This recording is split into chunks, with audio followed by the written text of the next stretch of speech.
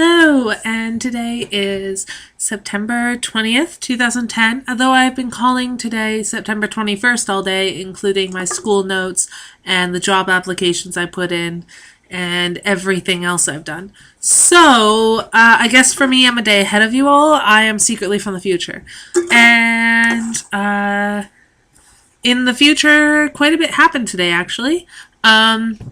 I managed to get out after class. I had 2 classes today, brain and behavior and child development, which strangely is actually mingling into each other, which really sucks.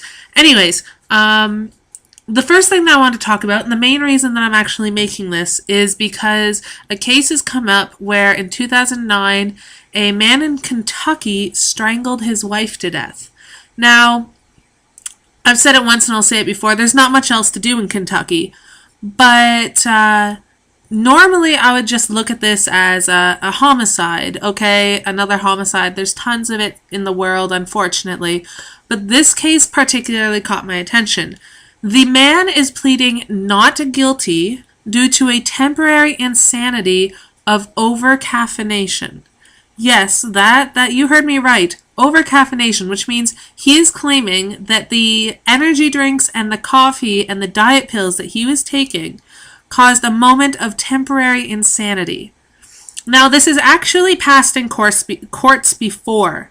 I read up, and apparently a man was sleepwalking or something and had too much coffee and ran down 2 pedestrians, and the men were okay. I mean, well, their legs were broken. I guess that's not really okay.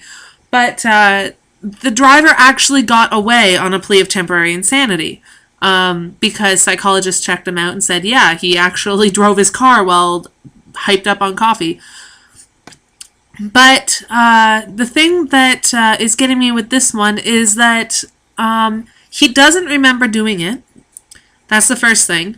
And not only did he kill her, and this may be graphic for some people watching, but he strangled her to death with a cord, with a telephone cord, I think it was.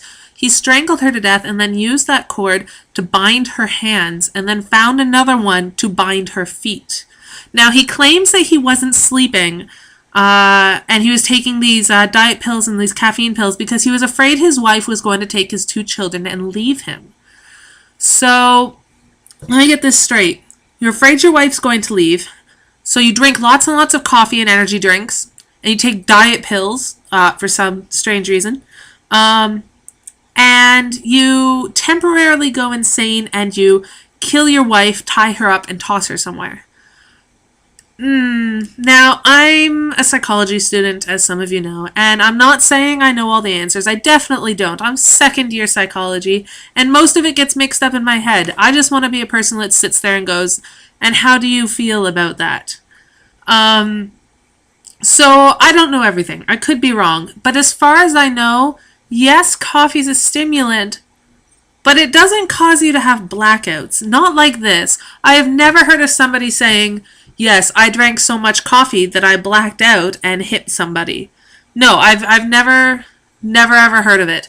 And I live in Canada. We have Tim Hortons. I know people that have 8, 9, 10 cups of coffee a day, especially since we're students. I mean, there are people that go to Starbucks on a regular basis.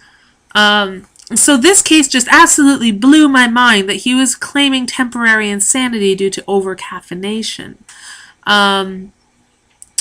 And hearing about this kind of made me go, huh.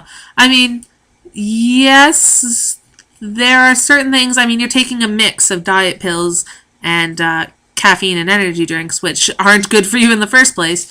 But not only was she killed with a cord, but he bound her up and tossed her somewhere. The fact that he took the time to find another cord and bind her tells me that no, you definitely realized what you were doing and thought this through. So I'm not really falling for the whole thing. I mean, no, nothing I can think of will possibly get me to understand this case. A friend did bring up that maybe he's got a mental illness, in which case, fine, plea not guilty due to mental illness then. but not guilty due to temporary insanity due to over-caffeination. No, I don't think so. That's like people saying that they got really, really, really excited and bouncy and jumpy because they got too drunk. That's actually mostly your mind playing tricks on you because alcohol is a depressant. So, see, the more you know. So that was pretty much the big news of the day that made me go, what? Other than that, dropped off resumes. Did not get fish for my fish aquarium. It is now full. It is clean. It is beautiful. It took me 2.5 hours to clean.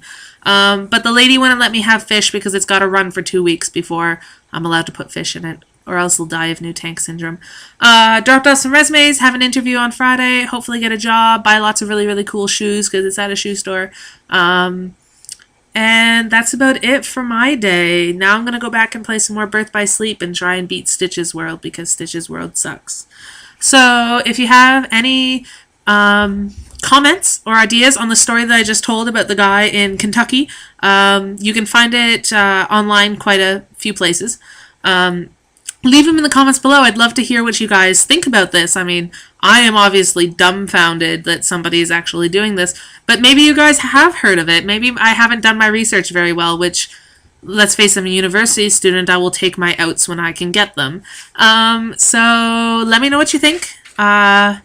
Am I insane for thinking this? Is he insane for doing this? Well, he is insane. I mean, he killed his wife.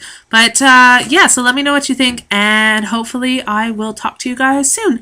Have a good one.